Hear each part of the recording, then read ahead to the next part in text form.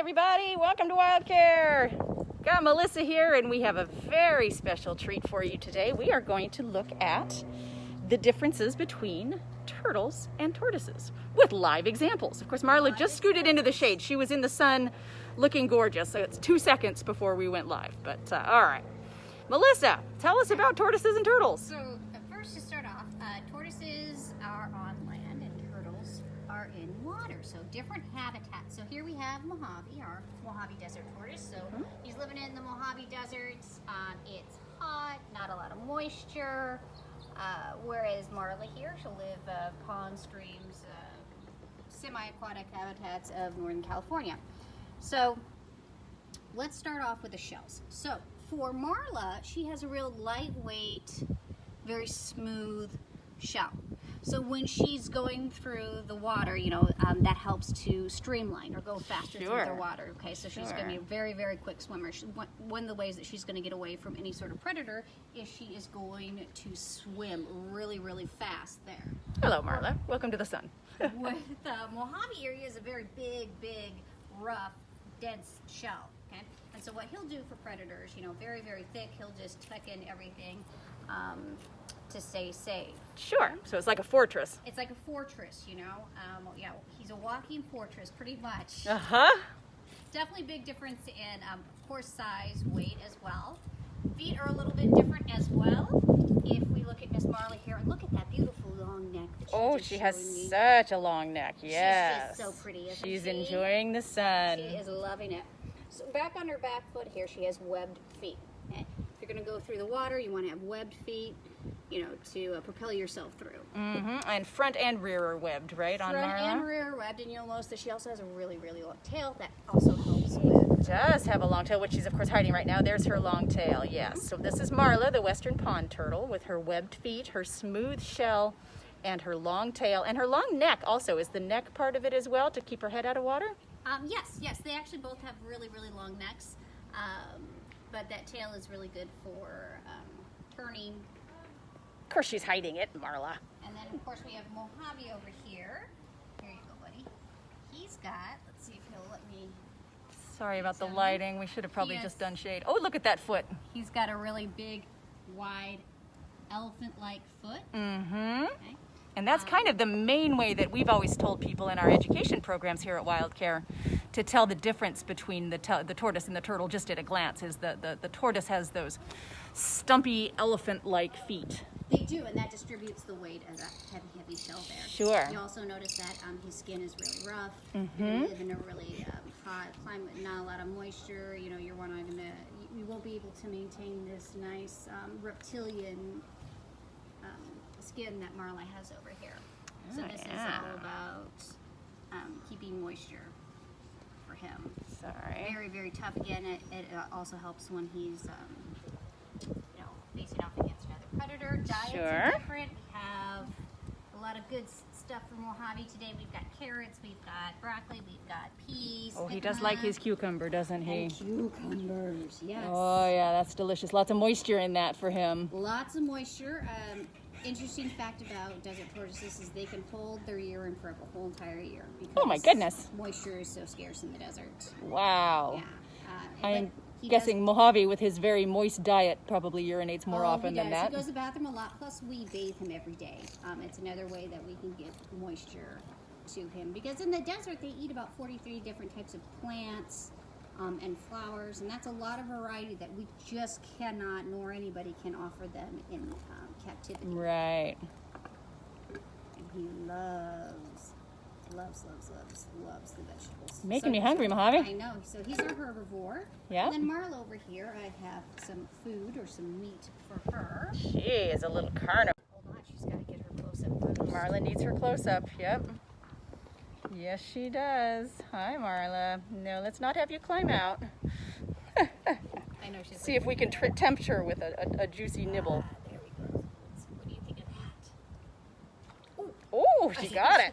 Okay. Clearly a carnivore. Oh my goodness. Carnivore. Oh my goodness. Now that she's seen that there is food in the water, she'll get it. There's like a little shark in there. Western pond turtles can eat algae, lilies, all sorts of other So they're plants. omnivores. They are omnivores, but we got the only carnivore western pond turtle. Apparently, we've tried other things, but she really just likes meat. That's her favorite thing to eat. She looks so sweet until suddenly she's doing that. Now remember, everyone that has been with us before for the live streams or knows our animals here, these are wildlife ambassador animals at WildCare. Both of these animals came to us and were not releasable. Marla actually both of them had been kept by pets, am I right? Yeah, both of these animals had been taken out of the wild and kept as pets. And both of them are, what's their ages, do you remember? Yes, so we've got Mohave here, 1953, makes him 66 years old, Yes, crazy. 1979.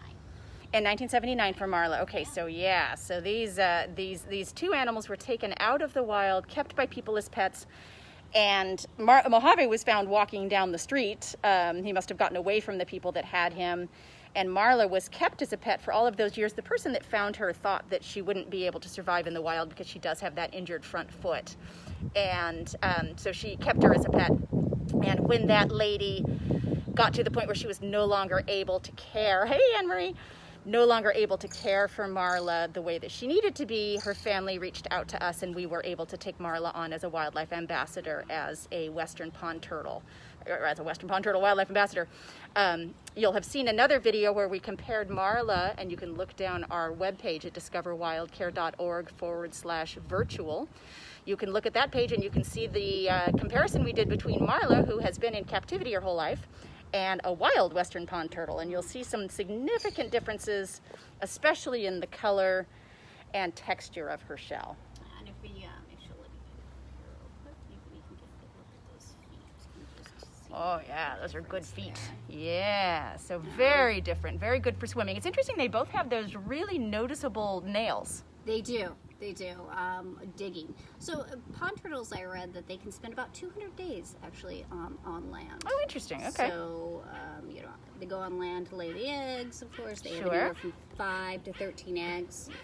And Mohave here, it was 5 to 8 Eggs the female would lay. Uh-huh. Yes. But what really connects them is climate change, which if it's hotter, the eggs will be female. And if it's colder, the eggs will be male. Is that true of both species? That's yes, so yes. interesting. So climate change affects them the same way. So, it's got to be perfect in order so you have a good ratio of that. But, Sure. But yeah, that affects them the same way. But yeah, they're just they're wonderful ambassadors. I mean, it's really neat to get them out both together. They do hang out together. We do try to get them out together. Do they have any interest in each other? They just kind of walk by each other, which is really interesting. Because you would think that they would take an interest in each other, but no, they just kind of hang out. They just walk by each other. And Mohave here is just, I think we talked about that last time, how he had bladder stone surgery. So Yes. Well, that's one of the reasons you give him baths regularly, yes? Yes, And yes, we had a very generous donor and a very good friend of mine that contributed to Right. make his surgery possible. So we're very, very grateful to Terry for that. Yeah, and it was quite an ordeal actually to Yeah. get that all done. And at UC Davis, they took really great care of him. I had him with me for a few weeks, and I was actually tube feeding him and giving him injections. Wow. Yeah. That's intensive. So it is. He is, and to go through that at 66, I mean, that's Yeah. really, really tough. The lifespan on the desert tortoise, I've read anywhere from 50 to 80. There's probably a 100-year-old one. There's always an exception in nature of like a very old animal. Right. Typically for the western pond turtle, about 50 years. Oh my gosh. Yeah. It really is so threatened. surprising how long they live. Yes, tell us about their threatened status. Yes, both threatened. So for him, it is habitat destruction. Of course, climate change would definitely affect him as well. They can, get run over a lot by cars. Obviously when they're going on the road there, they're not quite as fast as they need to be. Right. They look like rocks in the road. Real slow moving. So he's like, I'll just check out everything here.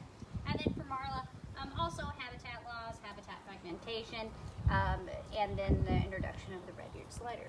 Right, the Sliders are typical- non-native species, yeah. Typical of the pet trade. You know, when people, maybe their child is bored with a red-eared slider, or they don't want to take care of them anymore, you know, they think, oh, we'll just release them into the wild. Well, that turns into competition for these guys. For the native species, yeah. Tracy asked, how old is Marla? You said she's born in 1979, right? 1979. So I'm 46 and I was born in 74, so she's 21. Yeah.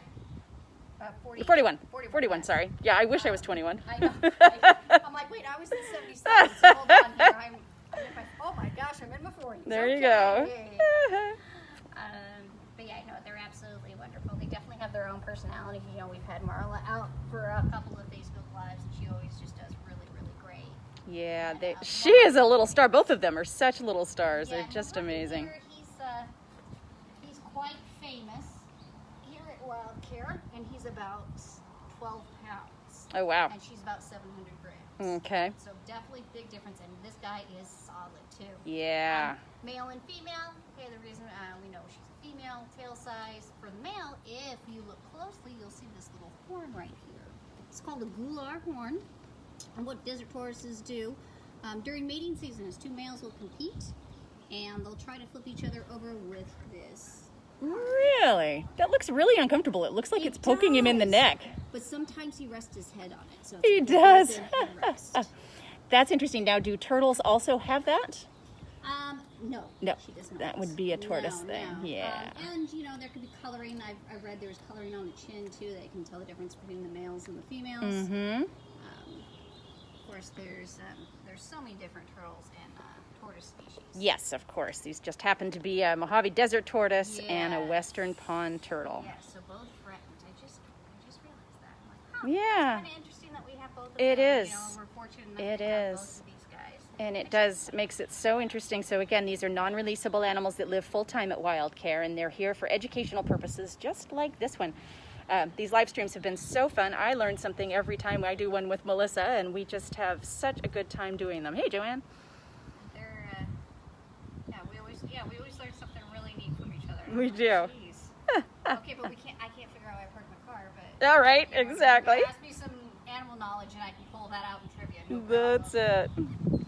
Well, everyone, thank you for joining us. Unless you had something else you wanted to bring no, up. I'm going to say Mohave likes to walk. He can walk up to 3/4 of a mile a day. Wow. He does exercise too. So All right. That's what he's doing. He's walking around. And Marla looks like she's ready to maybe go back to her enclosure as well. Thank you all very much for joining us. Visit us online at discoverwildcare.org. We'll see you tomorrow at 1 o'clock. I actually don't know what we have scheduled for tomorrow, but it'll be something awesome. Yeah, we'll see. Thank you so much, everybody.